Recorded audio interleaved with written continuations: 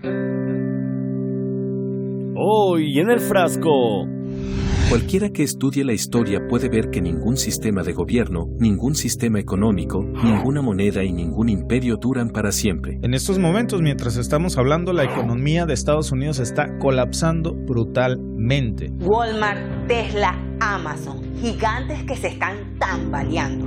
Y el dólar que está perdiendo terreno. La disputa entre Estados Unidos y China por la hegemonía mundial ha provocado que un nuevo conflicto, esta vez económico, haya estallado en el mundo entre las dos mayores potencias mundiales. Many countries are leaving the dollar.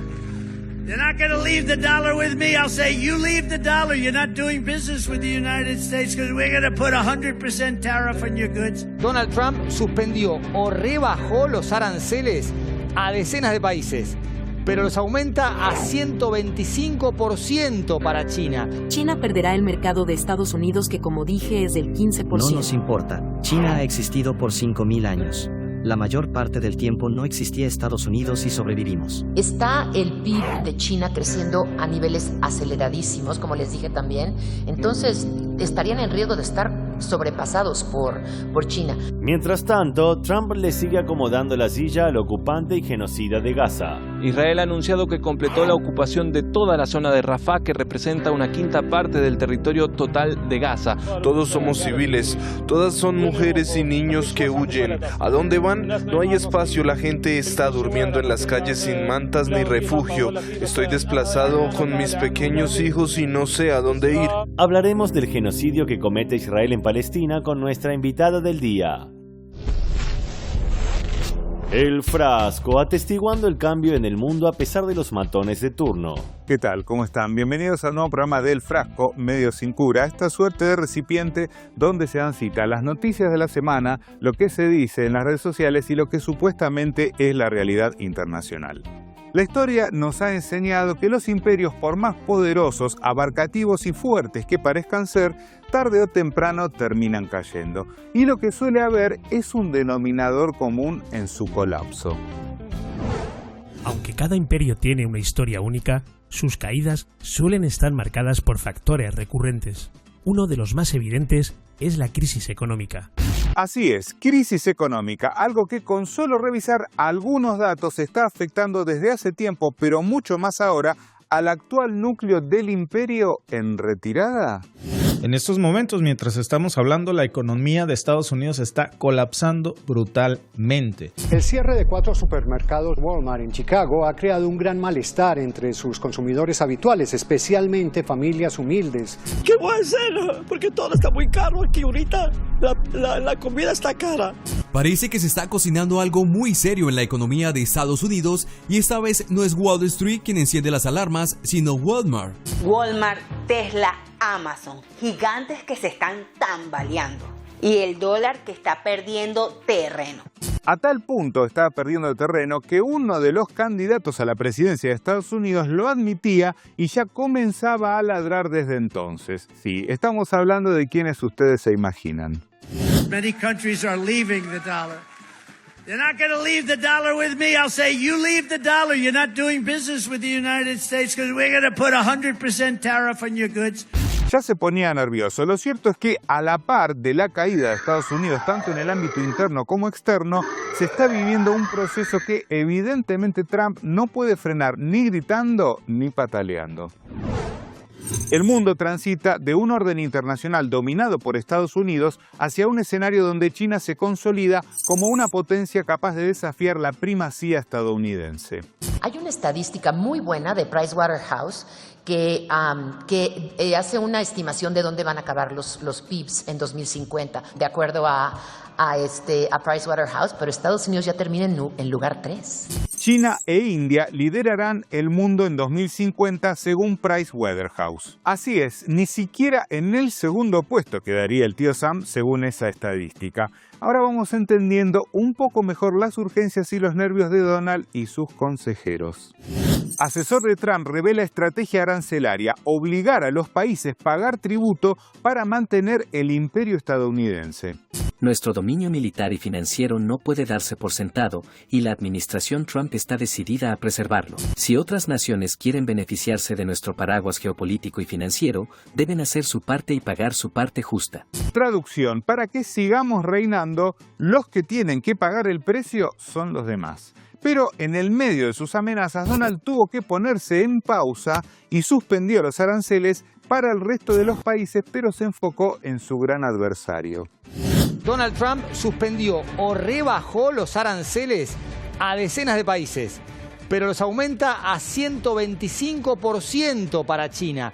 Estados Unidos sigue imponiendo aranceles a China y China se opone firmemente a esa intimidación. China no aceptará en absoluto presiones, amenazas y chantajes. Esa no es la forma correcta de tratar con China. Y aquí Donald está en problemas, porque hasta los medios dominantes admiten el poderío actual de China. Tal parece que el tipo que le dijo que le besarían el trasero recibiera a cambio una dura patada allí mismo. CNN: la arremetida arancelaria de Trump contra China escala una batalla que Estados Unidos quizás no pueda ganar. Es China quien domina la escalada en esta guerra comercial. Estados Unidos obtiene bienes vitales de China que no pueden reemplazarse a corto plazo. Ese párrafo del medio Foreign Affairs o Asuntos Exteriores concluye de forma letal para aquel que semanas atrás le dijo a otro presidente en problemas que no tenía las cartas. Washington, no Pekín, está apostando todo a una mano perdedora. En esta línea, una periodista del Canal 4 británico entrevistaba a Víctor Gao, vicepresidente del Centro para China y la Globalización, y quiso correrlo con perder el mercado de Estados Unidos. Pero vean la respuesta. China perderá el mercado de Estados Unidos, que como dije es del 15%. No nos importa. China ha existido por 5.000 años. La mayor parte del tiempo no existía Estados Unidos y sobrevivimos. Y atención, porque esa adolescente y arrogante potencia que pretende vencer a una nación milenaria podría sufrir un efecto boomerang más que irreversible. El jefe global de investigación cambiaria del Deutsche Bank afirma que, debido a los aranceles de Trump, el mercado se está desdolarizando rápidamente. Ha perdido la fe en los activos estadounidenses. Y atención, porque tenemos aquí una gran paradoja. Hay una tienda que vende los productos promocionando la frase de Trump como hacer a Estados Unidos grande de nuevo. Bueno, la mayoría de esos productos, ¿dónde estarán fabricados? This is the Trump store inside the Trump Hotel, and my question is, how many things inside of here are made in America? Ooh, look at that bomber jacket. China. This mug says designed in Oregon, but made in China. What about the classic Stanley Cup? Made in China. Pero ya sabemos que por más que los productos de Trump sean fabricados en China, a quien el empresario realmente representa es a su verdadero amo. Muchas gracias, es un honor tener a una persona muy especial aquí. Hemos trabajado juntos por mucho tiempo. Benjamín Netanyahu, primer ministro de Israel. Es un honor tener a una persona muy especial, dijo el presidente horas después de que el ejército de esa persona especial asesinara con 11 disparos a un ciudadano estadounidense. Sí, lo que escucharon.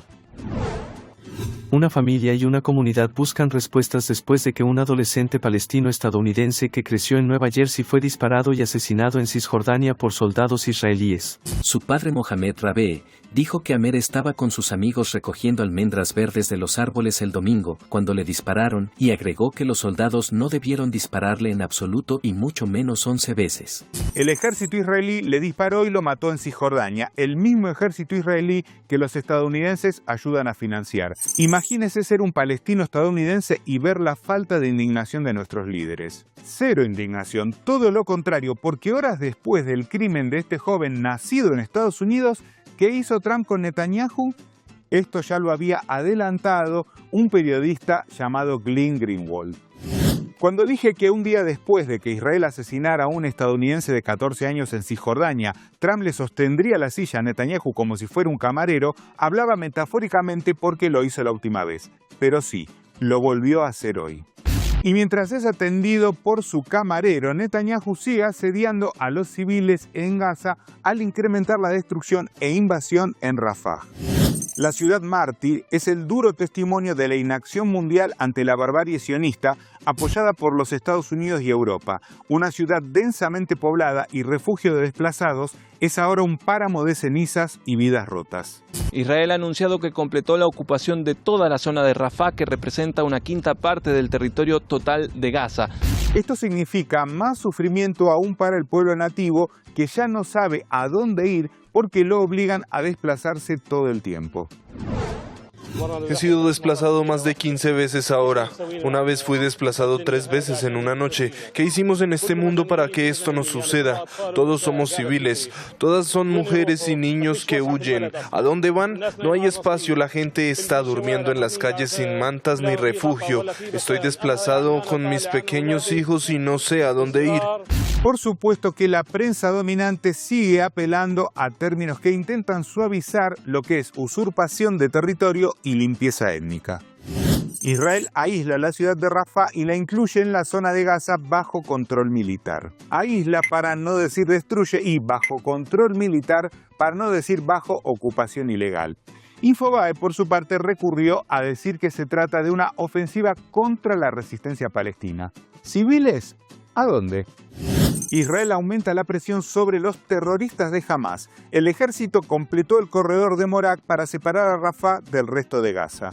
El académico especializado en Derecho Internacional Adil Haque dice: es un crimen de guerra expulsar a una población civil de una ciudad, arrasarla y establecer un control permanente sobre ella. Todo ello mientras se impide que la ayuda humanitaria llegue a los civiles expulsados. Y después de que se descubriera no solo la atrocidad del crimen de los socorristas, sino las mentiras lanzadas por el ejército israelí, ¿usted cree que los invasores dejaron de atacar a los paramédicos?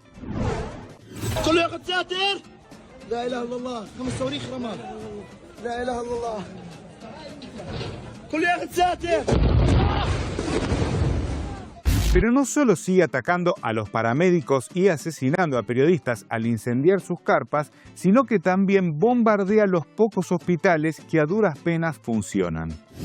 Los sectores de urgencias y recepción del hospital Al-Ali destruidos por Israel. Pacientes heridos abandonados en las calles en el asedio al hospital, el último centro médico en funcionamiento en la ciudad de Gaza. Usurpar territorios tras desplazar a la población, asesinar a paramédicos y periodistas o lanzar bombas sobre hospitales son todos crímenes de guerra. Pero quienes se atreven a denunciar a los responsables de esas atrocidades, por ejemplo en Argentina, sufren persecución judicial. Vanina Biasi fue procesada por sus declaraciones contra el Estado de Israel. Uno de los párrafos más grotescos de la denuncia contra Vanina Biasi dice que no se puede hablar de genocidio porque la campaña militar de Israel se hace con el máximo cuidado para intentar reducir los daños colaterales. Si los informes de la ONU indican que de los miles de asesinados en Gaza, el 70% son mujeres y niños, decir que se intenta reducir los daños colaterales no es solo inmoral, sino que es complicidad con los responsables. Hoy se intenta acallar a Vanina Biasi, quien merece toda la solidaridad por denunciar las violaciones a los derechos humanos cometidas por Israel, que claramente no es el pueblo israelí ni la comunidad judía. ¿Realmente hace falta aclararlo ante tanta muerte y destrucción? Cuando critiqué al Estado de Israel, estoy criticando un Estado. La ley antidiscriminatoria no me impide criticar estados. Y el juez que procesó a la diputada es Daniel Rafecas, alguien que curiosamente escribió un libro que indaga sobre el genocidio nazi y menciona al genocidio armenio o el genocidio de la última dictadura militar en Argentina. ¿Será que Rafecas tiene que leer su propio libro? Está claro que quien profesa el negacionismo, en definitiva, no reconoce la existencia de ciertos sucesos que ocurrieron históricamente, como puede ser un genocidio o crímenes masivos. ¿El juez por la boca muere? Todo es posible en la cada vez más desprestigiada justicia argentina que daña la libertad de expresión mientras su presidente grita ¡viva la libertad! Ahora los invitamos a ver lo siguiente y hablamos con nuestra invitada del día. Binoculares a punto, colinas estratégicas, asientos en primera fila. Los frentes bélicos en Israel se han convertido en toda una atracción. Es el nuevo turismo de guerra. Oh my God. What do you think? Complete destruction. Vivirlo en primera persona tiene un precio, $800 por tour. Agencias de viaje organizan este tipo de actividades sensoriales, La frontera con Gaza es el plato fuerte. Bueno, muy bien, y para hablar de este tema tenemos el gusto de tener allí en comunicación a Indu Anderi, periodista y activista por los derechos del pueblo palestino. Indu, bienvenida al Frasco. Gracias. Un saludo a todos y todas. Muchas gracias. Bueno, Indu, la primera pregunta tiene que ver con esto, ¿no? Que estábamos viendo que es realmente atroz, ¿no? Sádico, del turismo, del genocidio. Y aquí una vez más vemos que no se trata solamente ni de Netanyahu ni de su gabinete, sino que hay un sector de la sociedad israelí que muestra, digamos, esta suerte de decadencia moral, ¿no? Bueno, si me permite, el régimen colonial de Israel, del ente terrorista de Israel, es una sociedad que ha demostrado en una gran parte ser corrupta y además, como tú has señalado, pues ser decadente. Estamos frente a la decadencia de la humanidad, estamos frente al divorcio de todos esos valores que se han dicho a nivel universal, que el ser humano tiene que mantener para que la unidad sea humana, valga la redundancia, como decía Ali Primera, que sea humana la humanidad. Esto no ocurre en Israel. Yo no sé si por el tema de la manipulación que durante 77 años y quizás un poco más será tejido alrededor de la invasión de Palestina, además la justificación de ocupar un territorio ajeno y masacrar a una población porque por el hecho supuestamente religiosos que sabemos no es la realidad, que sabemos que detrás de esa manipulación del tema religioso hay sencillamente una ocupación territorial para apropiarse no solamente de la tierra del pueblo palestino, sino también para tener la posibilidad de proyectarse hacia otros territorios y dominar el Oriente Medio o el Oriente Occidental, dominar las economías de esta zona, ¿no? Entonces, lo que hemos visto habla justamente del valor que hay, de la ética del pueblo que habita ese territorio y que se hace llamar israelí. Personas que justifican masacres, pero que además, como tú bien lo señalas en ese video, hemos visto el morbo. Es decir, cuando una persona es capaz de pagar para ver que a niños que son los miembros del cuerpo de un niño son volados al aire, pues estamos viendo algo que creo que jamás se había visto en la historia del mundo.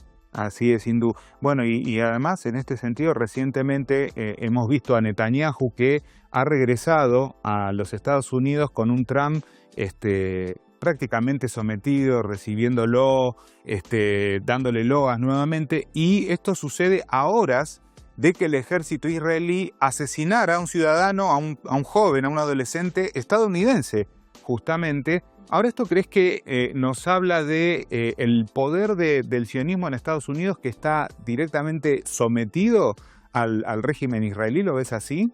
Y efectivamente el sionismo, el lobby sionista israelí, tiene un poder sumamente importante, porque lo que ocurre, compañero, es que Estados Unidos e Israel son prácticamente lo mismo, porque los Estados Unidos de Norteamérica impulsó la partición de Palestina, la resolución 181 y la creación de un eje militar que le permitiera a los Estados Unidos de Norteamérica también acometer sus atrocidades en Medio Oriente. Eso por un lado. Segundo, en los Estados Unidos, el candidato presidencial, es decir, el candidato con mayor posibilidad para las elecciones, es el que recibe mayor financiamiento del lobby sionista.